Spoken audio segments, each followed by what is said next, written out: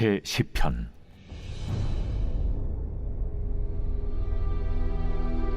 여호와여, 어찌하여 멀리 서시며 어찌하여 환난 때에 숨으시나이까? 악한 자가 교만하여 가련한 자를 심히 압박하오니 그들이 자기가 베푼 꾀에 빠지게 하소서. 악인은 그의 마음의 욕심을 자랑하며 탐욕을 부리는 자는 여호와를 배반하여 멸시하나이다.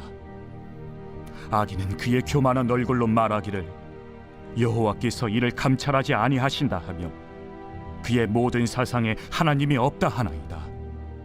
그의 길은 언제든지 견고하고 주의 심판은 높아서 그에게 미치지 못하오니 그는 그의 모든 대적들을 멸시하며 그의 마음에 이르기를 나는 흔들리지 아니하며 대대로 환난을 당하지 아니하리라 하나이다.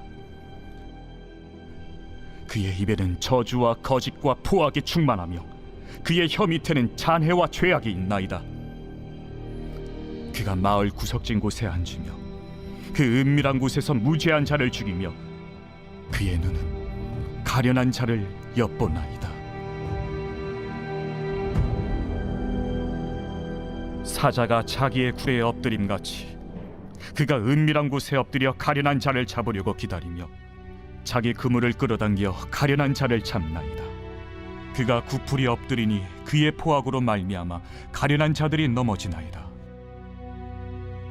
그가 그의 마음에 이르기를 하나님이 잊으셨고 그의 얼굴을 가리셨으니 영원히 보지 아니하시리라 하나이다.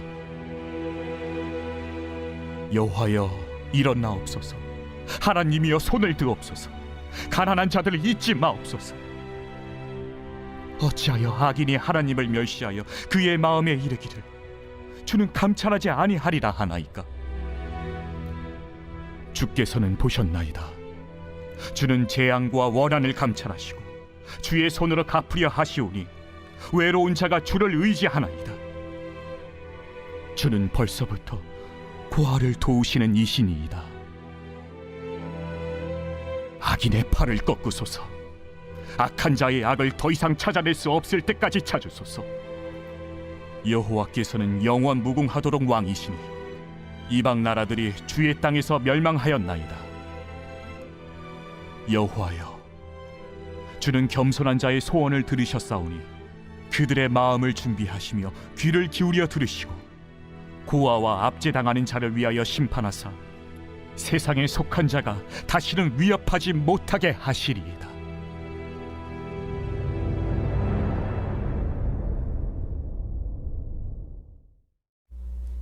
오늘 말씀은 하나님께서 악한 현실에 개입하셔서 악인을 심판해달라고 기도하는 탄원시입니다. 다윗은 이렇게 기도를 시작합니다. 여호와여, 어찌하여 멀리 서시며 어찌하여 환난 때에 숨으시나이까?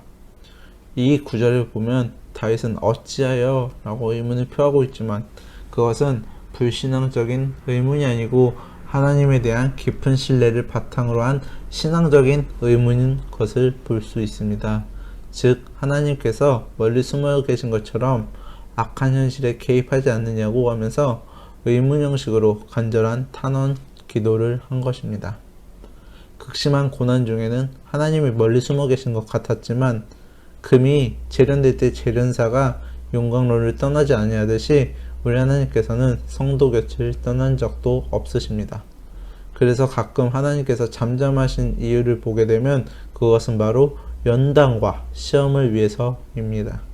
우리가 큰 인물이 되려면 하나님의 품과 팔에 안겨서만 가면 안 되는 것이고 때로는 고난도 통과할 줄 알아야 합니다.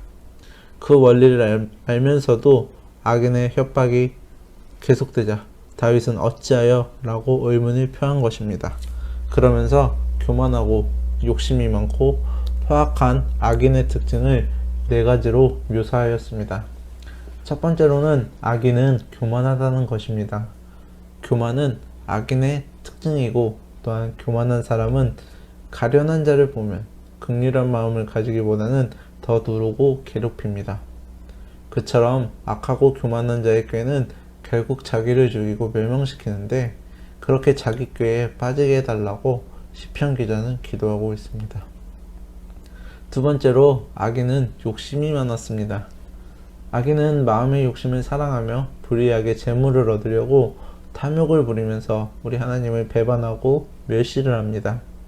또한 교만한 얼굴로 하나님이 탐욕스러운 자가 자기 행위를 감찰하지 않는다고 여기고 하나님이 없다고 생각하면서 행동을 합니다. 즉, 악인은 이기적인 생각과 행동으로 가득 차 있음을 우리는 보게 됩니다. 세 번째로, 악인은 착각을 잘합니다. 악인은 자기 길이 늘 견고하고 주의 심판이 자기에게 미치지 못한다고 착각하고 자신의 모든 대적들을 멸시합니다. 또한 스스로 나는 흔들리지 않고 대대로 환난을 당하지 않는다고 자신을 합니다. 악인은 신앙이 없어서 신념만 강요할 때가 많습니다. 우리에게 하나님을 믿는 신앙과 자기를 믿는 신념은 아주 다른 것입니다. 마지막으로 악인은 언행이 포악합니다. 악인은 저주하는 말과 거짓말 또는 포악한 말을 많이 합니다. 또한 그의 행동도 포악해서 강도나 사자처럼 은밀하게 무죄한 자를 죽이며 또한 가련한 자를 미혹해 넘어뜨리기도 합니다. 그처럼 약한 자를 더 괴롭히는 포악한 행동을 하면서 자신의 행동을 하나님께서는 감찰하지 않고 상관하지 않을 것이라고 생각을 합니다.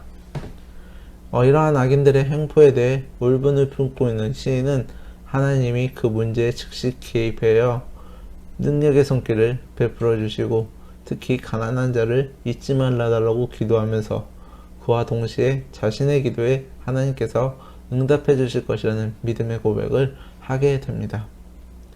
그리고 하나님이 겸손한 자의 소원을 들어주실 것이라고 하면서 특히 고아와 압제당하는 자를 위해 심판을 행하심으로 세상에 속한 자가 다시는 위협하지 못하게 하실 것이라고 고백을 합니다.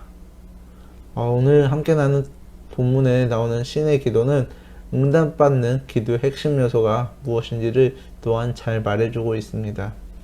시인은 하나님이 겸손한 자의 소원을 들어주셨다고 하였습니다.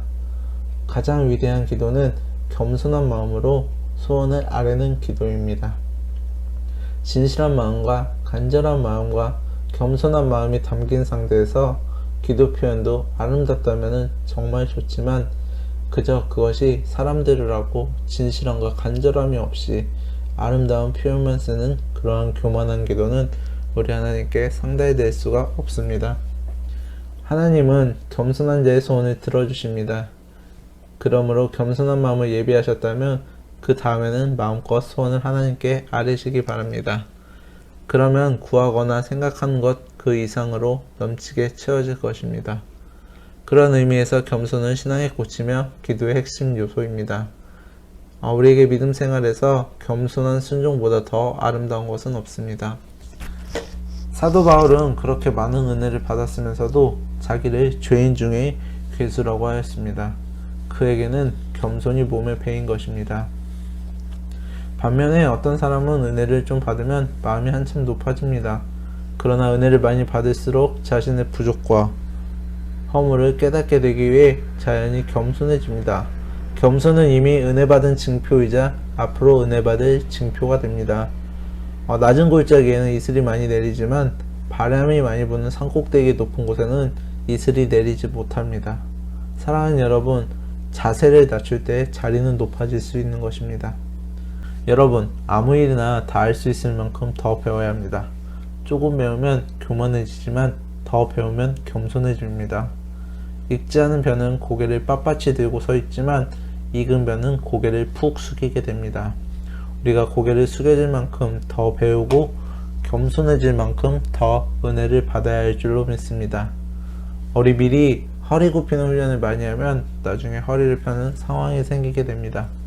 그러므로 우리는 기도할 때 늘 겸손한 마음을 예비하시기 바랍니다. 하나님께서는 기도한 사람의 마음을 먼저 보십니다.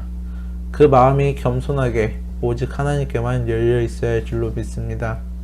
우리 악기를 연주하는 연주자들이 아름다운 연주를 하기 전에 악기를 조율하듯이 우리는 기도하기 전에 마음을 하나님이 기뻐하시는 또한 겸손한 마음으로 잘 조율할 때 하나님께서는 그러한 기도에 최상의 결과로 응답해 주실 것입니다. 우리가 힘들고 어려운 일을 겪으면서 문제가 크게 느껴지고 하나님이 멀리 계시고 또한 숨으신 것처럼 느껴지더라도 그때마다 겸손하게 엎드려 기도하십시오. 하나님이여 일어나소서. 하나님 손을 드소서. 저의 가난한 외침을 잊지 마소서. 그처럼 연약하고 외로운 심령을 가지고 겸손하게 기도함으로 겸손한 자의 소원을 들어주시는 그 하나님의 그 선한 능력과 그러한 응답을 체험하여 살아가시는 하루가 되시기를 간절히 바랍니다.